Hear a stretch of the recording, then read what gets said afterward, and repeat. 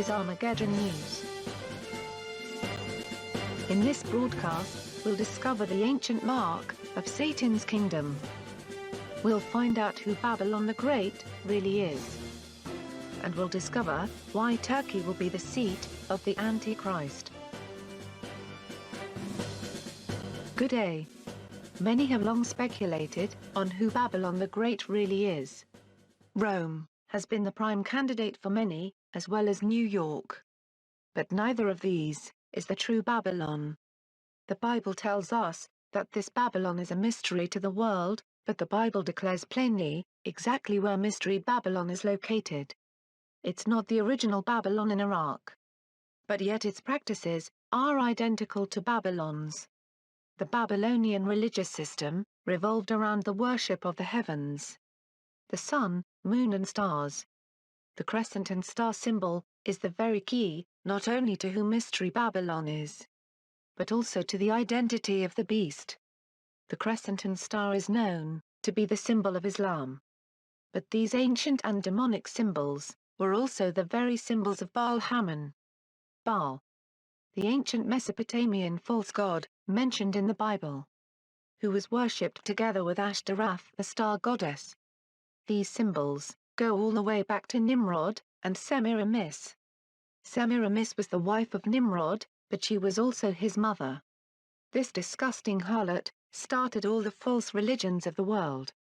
When God changed the people's languages and they stopped building Nimrod's Tower of Babel, this cult of Nimrod and Semiramis continued to spread into those divided nations, most of which have a god and goddess as the basis of their false religion, which began with Nimrod and Semiramis. Their cult went from one empire to the next. In Egypt, they were called Osiris and Isis. In Assyria, Ashur and Ishtar. In Babylon, Bel and Belit. In Persia, Mithra and Anahita. In Greece, Helios and Artemis. In Rome, Apollo and Diana. Throughout the Bible, they are mainly called Baal and Ashtaroth, the Queen of Heaven. In the Book of Acts they are called Moloch and Rephan. You even took along the tent of Moloch, the star of your god Rephan, and the images you made in order to worship them. But throughout all their name changes, one thing remained the same. The symbols by which these false gods are identified. The crescent and star. In Egypt, the crescent and star was carried on the head of Isis. And the Apis bull also carried the sun disk image of Isis between his crescent-shaped horns. And if you take a closer look, you can see that the real author of these symbols is the serpent. And he is the one receiving the worship through these symbols of the crescent and star. The Bible tells us that the serpent is Satan. During Roman times, Semiramis was worshipped under the name Diana. Diana's image was once again the crescent and star of Islam. And they too bowed down and worshipped her image in the form of a meteorite, which fell from heaven. Because the meteorite depicted her astrological, moon and star image. When the apostles tried to minister to the people in Ephesus, all of them with one voice went on crying out for about 2 hours, "Great is Diana of Ephesus." And having quieted the crowd, the city clerk said, "Men of Ephesus, for what man is there who does not know that the city of the Ephesians is the temple keeper of the great goddess Diana, and of the image fallen from heaven?" Clearly the image which fell from heaven was a meteorite. And the worshippers of Diana all worshipped her in the same way, by shouting, "Great, great, great is Diana." This is exactly how the Muslims praise Allah. And they bow toward the city of Mecca, repeating Allahu Akbar over and over again. For Allahu Akbar means Allah is great. And it's the very same cry heard by the worshippers of Diana as they bow toward the great city of Mecca. Mecca has become just like Ephesus, the city which held the meteorite image, which fell down from heaven. They too chanted that Diana was great. For the Muslims, just like Ephesus, also bow down to an image which fell from heaven. And Muslims are seen kissing and caressing the stone, as if the stone was a woman. Indeed, Mecca is the great harlot, whose worshippers call her great. And it's the very title, written on her forehead. Babylon the Great. When the angel took John into the desert, to see this harlot, he told him that it wasn't just a false religious system, but a religious city, as well. The only religious city, which can be found in a desert, is Mecca. And shockingly, the very symbol of the Star of Semiramis, the harlot, is still being worshipped today, by Muslims around the world, in the form of the Kaaba stone. The Muslims claim that the Kaaba stone was a star which fell from heaven. It's the very same star symbol of Semiramis, the Queen of Heaven. And she is still being worshipped today, exactly where the angel said this harlot could be found. In the wilderness, or desert. Babylon is not Rome, neither is it New York, for neither of those places are found in a desert. The last time Israel was in the desert, they were also worshipping a false god. The golden calf, which Moses smashed. This was the same bull calf god, from Egypt. The bull god carried the very symbol of the harlot Isis between its crescent-shaped horns. Thanks to the discoveries of Ron Wyatt, we know exactly that this false worship took place in the desert of Saudi Arabia, where the altar for the golden calf still stands, kept secret by the Saudi Arabian government.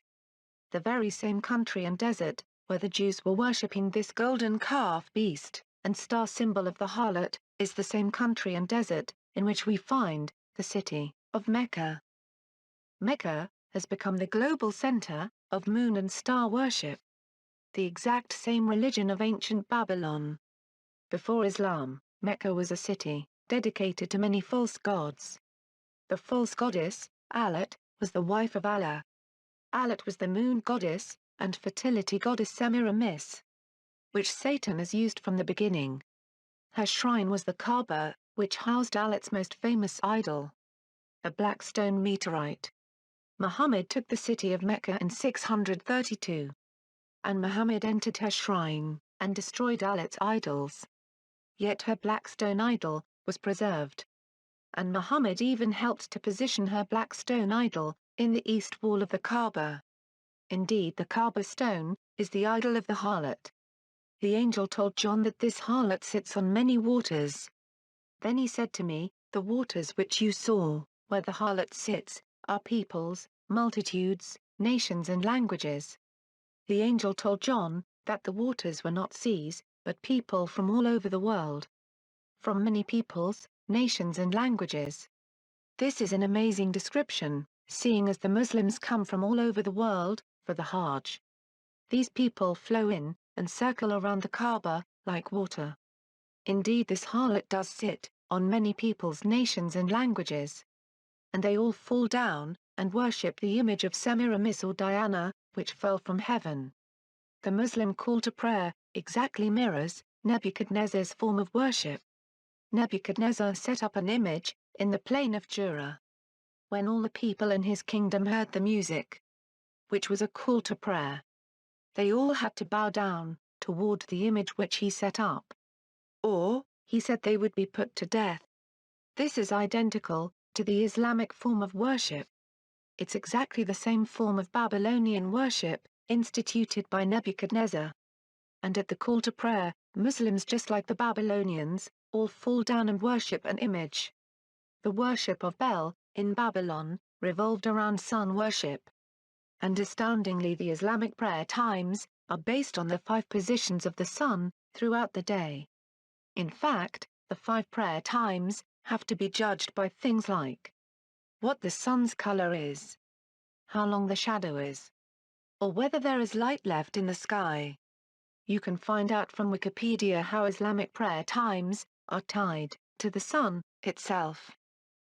The very beast system of Babylonian worship is already in place, waiting for the speaking image of the beast, which may be the very Kaaba stone itself, which Muhammad declared would one day speak and give wisdom to all who touch it. Very few people have connected the dots to Islam. Those who refuse to bow toward the Islamic beast's image, when the call from the minarets is heard throughout the Islamic Empire, will be put to death. Just like they were under Nebuchadnezzar. In Babylon, they worshipped the sun god, through the magic square. And the Babylonian priests wore these sun seal amulets, as seals of protection, from the gods themselves. They believed that the numbers 1 to 36 represented the 36 constellations which were also gods. And the total of all the numbers, equaled 666. Which also represented the sun god, which was their king. Hidden in the Babylonian square, is a six-sided symbol. A symbol, which encompassed all their false gods. This shape, creates a three-dimensional, cube, or house, for these gods. Which is exactly the shape, of the Kaaba, itself. But that's not all. Seeing as the Babylonian sun god, was the supreme ruler, over these other gods, or constellations. Its number, was placed outside, the square. The very same position, in which we find the 666, on the Babylonian seal. Is the exact same position, we find the Kaaba stone, built into the Kaaba's wall. Without doubt, the Kaaba stone, is intricately connected, with Babylonian sun worship, and worship of the heavens. The very name Kaaba, in English, means square, or cube. It's the same magic square, the Babylonians used, to worship their sun god. The black Kaaba, represents the sun, around which all the Muslims, like stars, revolve. Some prominent Islamists, have said that Muslims circling the Kaaba, resembles the orbit, of the galaxy. The angel told John in Revelation 17:9, that this mysterious city, also sits on 7 hills. And Mecca, does indeed sit on 7 hills. The Bible tells us that this mysterious Babylon is located near the sea. For when God causes the beast and his 10 kings, to destroy Babylon, all that trade by sea, behold the smoke of her burning. As if she had been nuked. The biggest shipping lane in the world, is the Red Sea. And Mecca, sits right on this trade route. It's from here that these ships will behold Mecca burning. Revelation 18:17 says, all the ship's captains and passengers, the sailors and all others who earned their living on the sea, stood a long way off, and cried out as they saw the smoke, from the flames that consumed her. There never has been another city like this great city. Isaiah 21:9 says, Babylon has fallen, has fallen. And all the graven images of her gods, he has smashed to the ground. John saw the same thing, in the book of Revelation. And he cried mightily with a strong voice, saying, Babylon the Great has fallen, has fallen. But where did Isaiah say this harlot could be found? Isaiah 21 says, this is the prophecy, against the desert, by the sea. Mystery Babylon, is a city located, in a desert, by the sea. John saw the same thing. And he carried me away into a desert, by the Spirit. And I saw a woman sitting on a scarlet beast. The prophet Jeremiah saw the destruction of the Arabian Peninsula. Edom will become an object of horror. No one will live there, or dwell in it. Hear what the Lord has planned against Edom. What he purposed against all who live in Teman. At the sound of their fall, the earth will tremble. The cry will resound, to the Red Sea. The very sea, that mystery Babylon sits near, is the Red Sea. But where is Edom, and where is Teman? In Scripture, the ancient nation of Edom, stretches from Yemen, Teman, to northern Saudi Arabia, Dedan. Ezekiel 25 says, I will stretch out my hand against Edom, and kill both man and beast. I will lay it waste, from Teman, to Dedan. Isaiah 21. A prophecy against the desert by the sea. Against Duma. Someone calls to me, from Seir. A prophecy against Arabia. You caravans of Dedanites, who camp in the thickets of Arabia. You who live in Tema. Within 1 year, all the splendor of Kedar will come to an end. Where is Duma, Seir, Arabia, Tema and Kedar? It's in the Arabian Peninsula, in modern-day Saudi Arabia. Exactly as the prophets John, Jeremiah and Isaiah said. Arabia is known in Arabic as Al-Jazira, Al-Arabia, meaning the Arab island, or the desert by the sea. The original Babylon is not located near the sea. But Mystery Babylon is. And the 10 horns, which thou sawest upon the beast, these shall hate the harlot, and shall make her desolate and naked, and shall eat her flesh, and burn her with fire. God warns his people to flee Mystery Babylon. Up, escape to Zion. You who dwell in daughter Babylon. Run away from Babylon. Run for your lives. You shouldn't die because of Babylon's crimes. This is the time for the vengeance of the Lord. He will pay the people of Babylon back for what they have done. Babylon was a golden cup in the Lord's hand. It made the whole world drunk. The nations drank its wine. That is why the nations have gone insane. Sharpen the arrows. Gather the shields. Jehovah has raised up the spirit of the kings of the Medes, which is Iran. For his plan is against Babylon, to destroy it. Yes, Iran will be amongst the Beast Alliance nations, who destroy Mecca and Saudi Arabia. And Iran is going to use its nuclear weapons against Saudi Arabia. Many have wondered what the flying scroll is in the book of Zechariah. And behold, a flying scroll. And he said to me, What do you see? And I answered, I see a flying scroll. And he said to me, This is the curse that goes forth over the face of the whole earth. I will bring it forth, says Jehovah of hosts. And it shall enter into the house of the thief, and into the house of him who swears falsely by my name. And it shall remain in the midst of his house, and shall devour it, and its timber and its stones. This flying scroll is a nuclear missile. For God tells Zechariah that it will devour timber and stones. And God even told us from where this nuclear missile would come. God said they would build a house for it in the land of Shinar. And it shall be established and set there on its own base. The land of Shinar includes parts of both Iraq and Iran. But why would the beast, the Islamic Antichrist and his caliphate, want to destroy Saudi Arabia? Because she is still a harlot. The kings of the earth practiced sexual immorality with her. And the people of the world became drunk from drinking the wine of her immorality. How do the kings commit sexual immorality with Saudi Arabia? And what is the wine which Saudi Arabia has, which has made the earth drunk? This whore lives in a desert. And yet she produces wine in this desert. What is the wine of the desert, which has made the earth drunk today? What wine have the kings of the earth prostituted themselves and their countries to obtain? Oil. But how can we be sure that the whore's wine is oil? This is the time when the Lord will rescue Zion and take vengeance on her enemies. The rivers of Edom will turn into tar. And the soil will turn into sulfur. The whole country will burn like tar. Tar is simple, crude oil. The beast and his alliance, which includes Iran, will destroy Saudi Arabia. And its oil will burn. Because the beast wants full control over the Middle East's oil. And Saudi Arabia will refuse to stop supplying the West, which the Islamic Caliphate wants to control. I will also gather all nations and will bring them down into the valley of Jehoshaphat. And I will fight with them there for my people and for my inheritance Israel, whom they have scattered among the nations, and divided my land. And they have cast lots for my people, and have given a boy for a prostitute, and sold a girl for wine, so that they might drink. After the Islamic Antichrist conquers Jerusalem, he will divide the land up amongst the Islamic nations.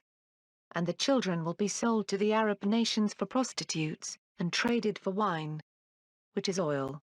The kings of the earth have been in bed with Saudi Arabia. Because Saudi Arabia owns 1/5 of the world's proven oil fields. Saudi Arabia sells her oil across the world, especially to the West. The Islamic beast hates Saudi Arabia because of her whoring economic policies. And the 10 horns which you saw on the beast, these will hate the harlot, and will make her desolate and naked. And they will eat her flesh, and burn her with fire. If you think it's unlikely that the beast would attack Mecca, think again. Islam itself has declared that Mecca will be destroyed. They have said, the Mahdi will rule the world from Jerusalem, because Mecca will be destroyed. Some Islamic prophecies also declare that other areas of Saudi Arabia will be destroyed as well. The flourishing state of Jerusalem will be when Medina is in ruins. The ruined state of Medina will be when the Great War comes. Many have missed this next verse, which describes people crying over this city and casting dust on their heads. And they cast dust on their heads, and cried, weeping and wailing, saying, Alas, alas! That great city! When last did you see a Westerner casting dust on their heads, in anguish? It's not a Western custom. But it's still an Arab Middle East custom. To cast dust on one's head in anguish. And Babylon shall be as when God overthrew Sodom and Gomorrah. It shall never be inhabited forever, nor shall it be lived in, from generation to generation. Nor shall the Arabian pitch his tent there. Nor shall the shepherds make their flocks lie down there. Why would the Arabian be pitching his tent in the Vatican? Or in New York? The scriptures are clear.